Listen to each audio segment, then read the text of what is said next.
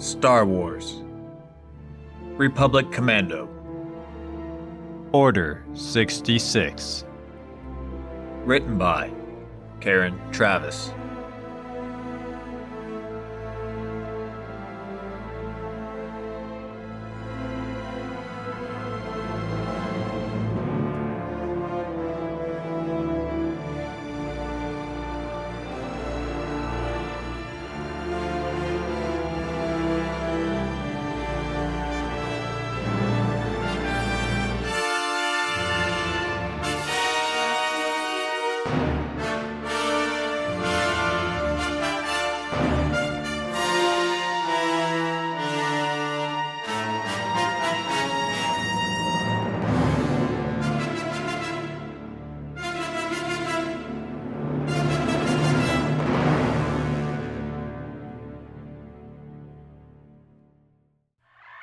Prologue. Kerbat Plaza, Galactic City, Coruscant. 600 days after the Battle of Geonosis. So that's me. So that's how I once looked.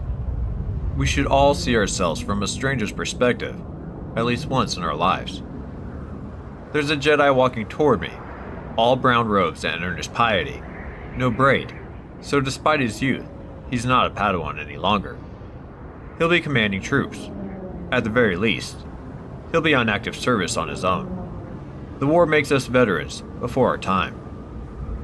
I want to grab him by his shoulders and ask if he thinks this is a just war.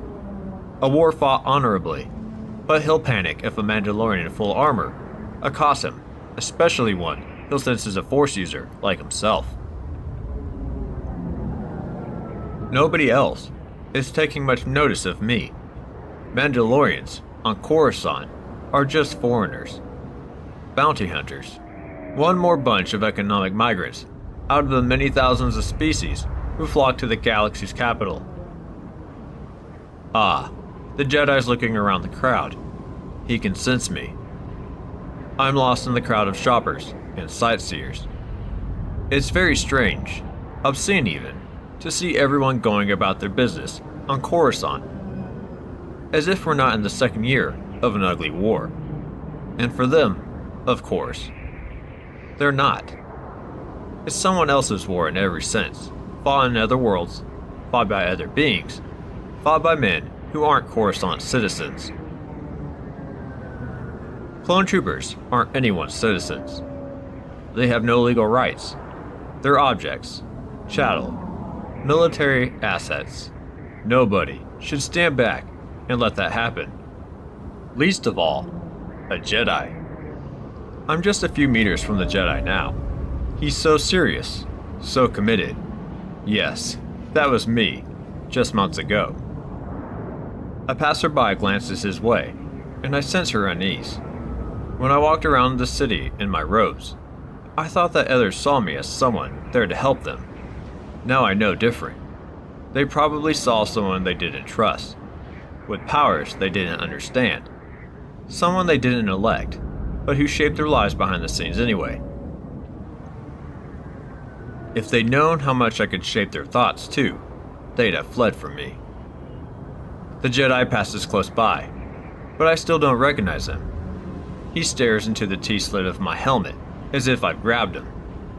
I can feel his confusion as I walk on by. No, not just confusion. Fear. A Force-using Mandalorian has to be on his list of worst nightmares. There was a time when it was on mine, too. Funny that. Then I sense him turn. I feel him working his way back through the crowd toward me, burning with questions, before he reaches out to tap my shoulder, and I have to give him credit for even trying. I turn to face him. He flinches. What he sees doesn't match what he can feel. What are you? A man who drew the line. I say, how about you? You're General Jussic. Is it that obvious? To a Jedi, yes, it is. I used to be Barton Jussic. Everyone in the Jedi Order knows I finally went native. It's the only response I know.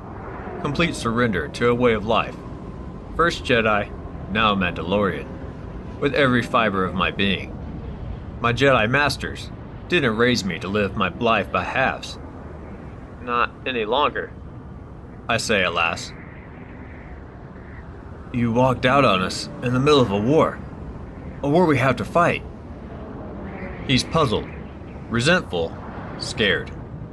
How could you betray us like that? I wonder who he means by we. Jedi or clones. I left because it's wrong. I shouldn't have to tell him that. Because you're using a slave army to do it. Because there's no point fighting one kind of evil if you replace it with your own brand. Get specific. Get personal. Don't give him a chance to look away from his conscience. You personally.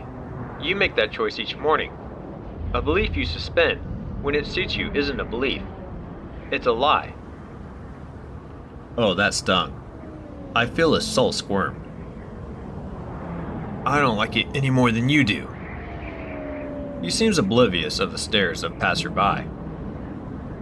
But if I walk out, it won't change the Council's policy or the course of the war.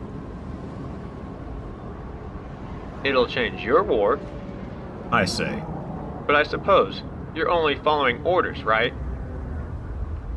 Everything that has happened in the galaxy, everything that will ever happen, is framework made up by countless connections of individual choices. Yes or no. Kill or spare. Survive or die. They shape every moment for all eternity. One man's decision matters. One being's choices, moment by moment, connected to a network of billions of other choices, is all that existence is. We need every general we can muster, he says.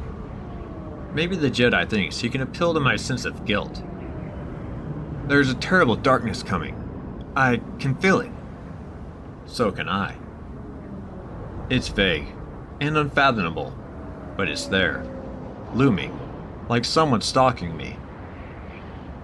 Then do something about your own darkness. Like joining a gang of mercenaries? He looks over my armor with evident disgust. Thugs, savages. Before you choke on your own piety, Jedi, ask yourself who you're fighting for. Firefang. I called him Jedi. My disconnection's complete. His expression is one of quiet horror, and I walk away knowing I'll never see him again. I know that, and this war will end in grief. I know that too. I've made my choice. Unlike the clone troopers, I have one. And I choose to let the galaxy look after itself, and save those men that the rest of the civilized world relegates to the status of beasts. It's the right thing to do. It's what a Jedi should do. The day of reckoning is coming. Yes, I can feel that as well. I can't stop it, whatever it is, but I can defend those dearest to me. Choices. I had one. I made it.